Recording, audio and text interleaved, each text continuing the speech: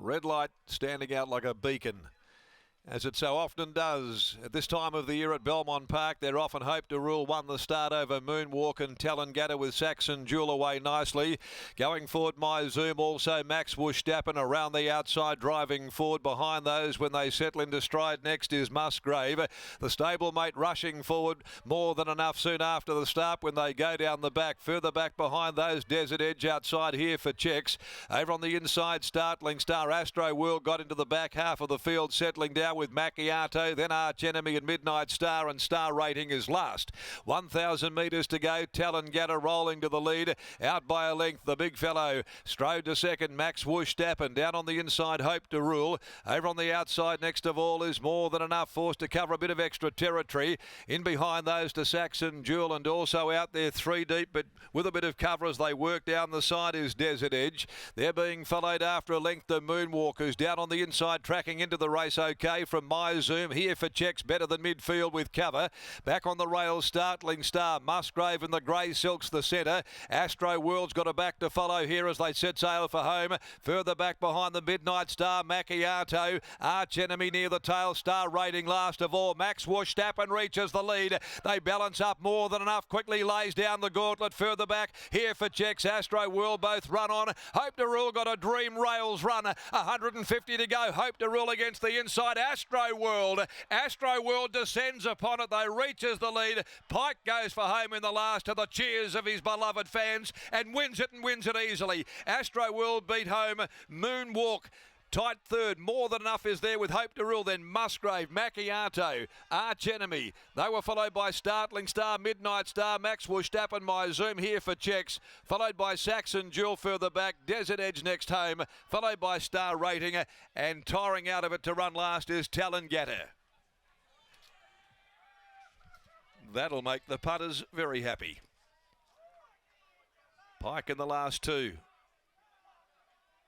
And the last, it matters most because it's absolutely loaded up with the exotic players, and it beats Moonwalk home. Astro World, Hope to Rule, I think on the inside might be third in as we wait for the full list of the numbers to come through after the running of the last. Astro World takes it out 9 by Piero, this 4-year-old mare for the A team. Grant and Alana Williams, raced by El Carver, and Willie in the saddle. Hope to Rule got a glorious inside split when Max Wushdappen wobbled away from the inner.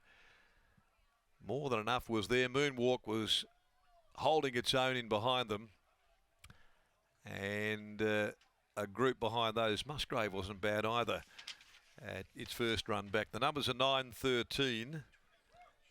Third goes the way of 7, Hope to Rule. Fourth is 3, More Than Enough. 9, 13, 7 and 3, and it's 2 lengths by 3/4, and the time they ran 1:38.37, 35.94 the last 600 metres. So it rounds out a fabulous day for the Wizard.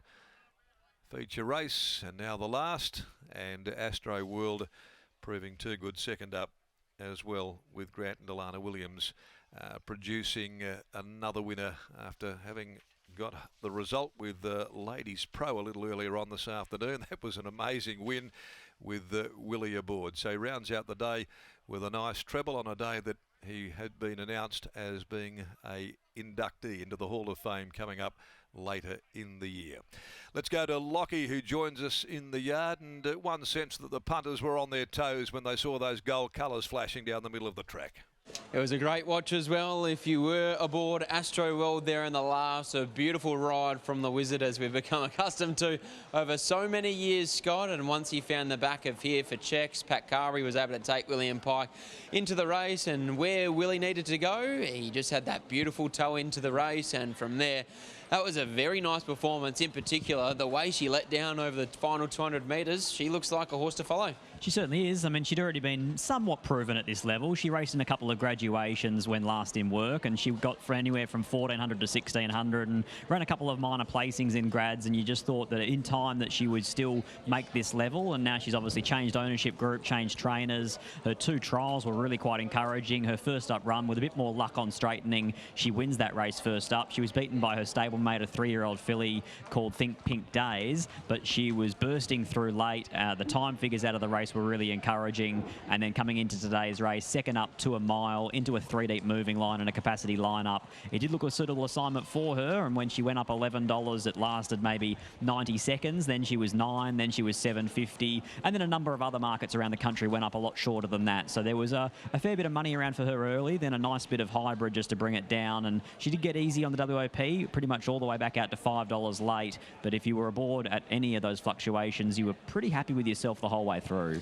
At one stage, Hope to Rule looked like the winner up along the inside at around the 200-metre mark, but unfortunately, if you were on Hope to Rule, Willie Pike and Astro World, as well as Moonwalk with Lucy Fury in the saddle, were able to nab that galloper late, but it was just further proof that this track has just played an outstanding order on opening day here at Belmont. Certainly has. It was great to see the filly bounce back to some form there in Moonwalk. She was a really good run, and then what about More Than Enough? That's 2 starts in a row that he's been 3 deep the trip, no cover, and then sweeping to the front on straightening. He was beaten last start by Star Rating. He was beaten today by Astro World, but it is really just a matter of time until he wins one of these races in the very near future. Willie Pike's about to join us now with Astro World. Willie, first up, when she was beaten narrowly, it looked as though if you'd got just a little bit more luck early in the straight, she probably gets the job done. I'm always the other way. I feel like I had my chance. I think run under a belt. She switched on. Like the other day, she never travelled for me. Today, I was always travelling like the winner. Step out to a mile 2 helps? I think it did. Yeah, absolutely. Just, as I said, always travelled like the winner. Whereas first up, I never travelled, which was quite surprising. The track was a little sticky that day. Maybe that had something to do with it. But I know I thought I made my dash at them and then I was being held on the line. Whereas today, the run under a belt, she was just always the winner. Congratulations on the treble. Well done. Thanks, mate. There's Willie Pike. What a day it's been for him here at Belmont Park. He combines with Grant Lana Williams and Astro World to take out the SEN Turf Handicap. But our attention now heads to the last out of Carnarvon. It's the Shark Bay Prawn Handicap. Over 1,400 metres, Matty, one of the biggest fields of the day. How do you order the fall? Yeah, it doesn't get any easier up there at Carnarvon in the last here. Very similar to what we just saw here at Belmont with a full capacity lineup. But look, for me, I've gone on... Oh, sorry, not Ironclad Boy. That was race 5. I've gone around our favourite here in Pat's Last Bang. I thought 8, Dream Illusion on the each-way basis was a good way to play this race here. Dream Illusion's just